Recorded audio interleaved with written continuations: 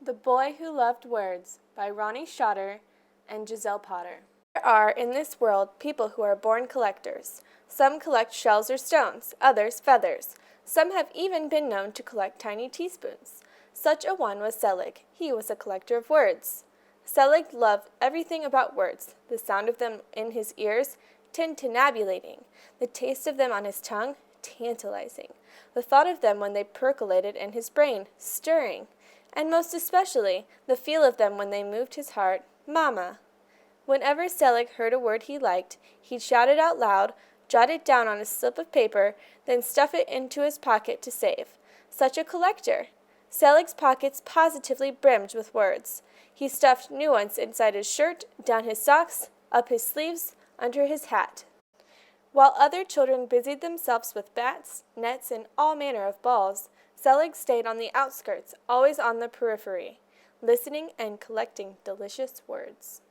His father, a practical man who sold sturdy shoes for a living, wondered what good could possibly come from a son with such a strange predilection. His mother, a large, lovely woman from the old country, worried. Could her beautiful boy find happiness? Waving her arms in the air, she was a windmill of worry. As time went on, people began calling Selig by a new name, Wordsworth. "Hey, Wordsworth," kids would giggle. "Here's a word for your collection. Oddball." "Oddball," Selig repeated. The silly-sounding word should have made him giggle, but instead it made him lonely. One night, Selig had a dream. Alone in front of an unusual emporium, he encountered an oversized amphora. Curious, Selig gave it a tap. Swoosh! Out popped a swarthy, swirling man. "Gin!" Selig exclaimed. Then, "Genie!" he shouted, enjoying the tang of tasty new words. "What do you want?" the genie asked. "A wish?" Such strange and savory sounds! Such an offer! At a loss for words, Selig suddenly knew his wish. It was for an answer. "Is it true? Am I really an oddball?" "Oddball? You are a Wordsworth, a lover of words. Already you have what people search their whole life for, an enthusiasm, a passion. What you need now is a purpose, a mission." Then, without a word of warning, the genie disappeared. Selig awakened from his dream. Lickety-split, he packed a rucksack with a pillow and blanket, apples, honey, cream soda, and his entire collection of words. He knew exactly what he had to do.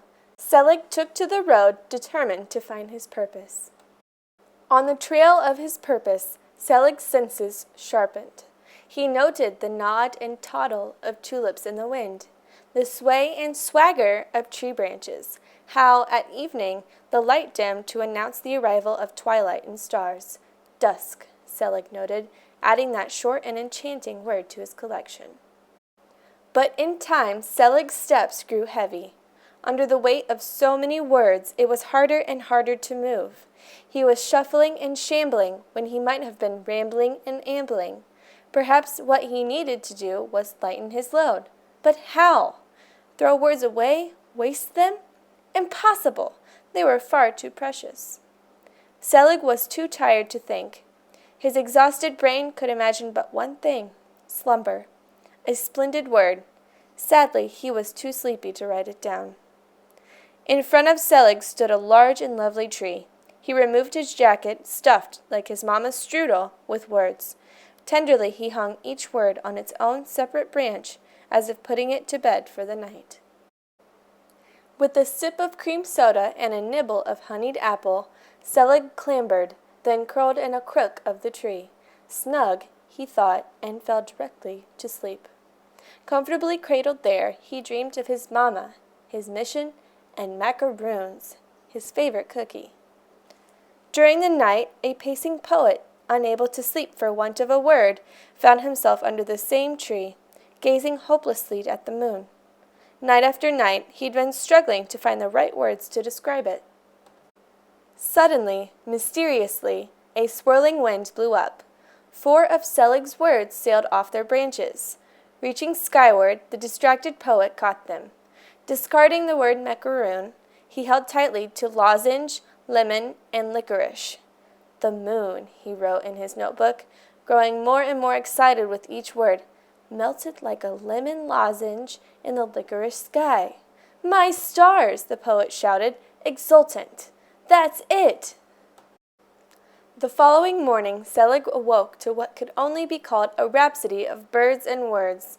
The poet was reading his newest poem aloud, a poem chock-a-block with Selig's words.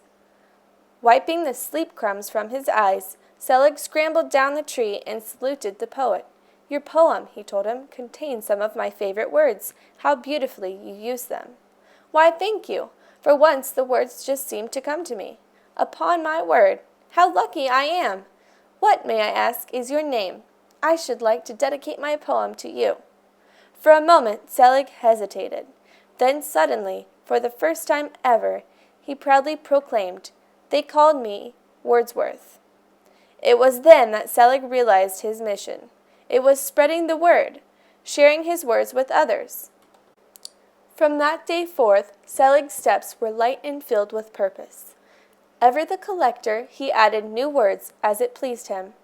But now, whenever he felt word-heavy, he discovered the ideal places to sprinkle, disperse, and broadcast them. In that way, a baker whose pastries had always been ignored found his shop filled with a mob of hungry customers. When the baker's back was turned, Selig, on a macaroon break, had tossed some of his favorite words into the air. Crispy and crunchy landed next to the crumpets. Scrumptious fell against a loaf of pumpernickel. Luscious leaned against a layer cake. Upon my word, how lucky I am, the baker exclaimed when he turned back and saw voracious new customers. Neighbors realized they were bickering when the words fuss, hubbub, and jibber-jabber rained down on them, and stopped their fighting. Selig watched them grow still and gazed kindly upon another after he cast hush, harmony, and chum in their direction. And so, by word of mouth, the legend began. It's Wordsworth, people would whisper, when suddenly the right word occurred to them. He is near. They would nod knowingly. Upon my word, how lucky we are. Years passed. Selig was a man now, also a myth. But while he delighted in his work, he found that once again he was lonely. Solo, he sighed. One day, after launching the words limber, spry, and gusto toward an aging, unhappy man, Selig heard a sound on the breeze. A single, pulsing, marvelous note floated through the air and found its way straight into his heart. Mellifluous, he exclaimed. Pursuing that perfect note, Selig found a young woman seated by a lake, playing a lute. Suddenly his heart was aflutter. Tremulously he asked, May I have a word with you? What's your name? They call me Melody, the woman sang out. The music of her voice, combined with the charm of her words, was, to Selig, the sweetest of all songs. It was love at first listen. Together they journeyed back to Selig's hometown, to his mother and father. What a reunion! How his mother smiled when she saw them. Worried that they looked thin, she cooked Selig's favorite foods: brisket, dumplings, plum crumble, strudel, and of course, macaroons.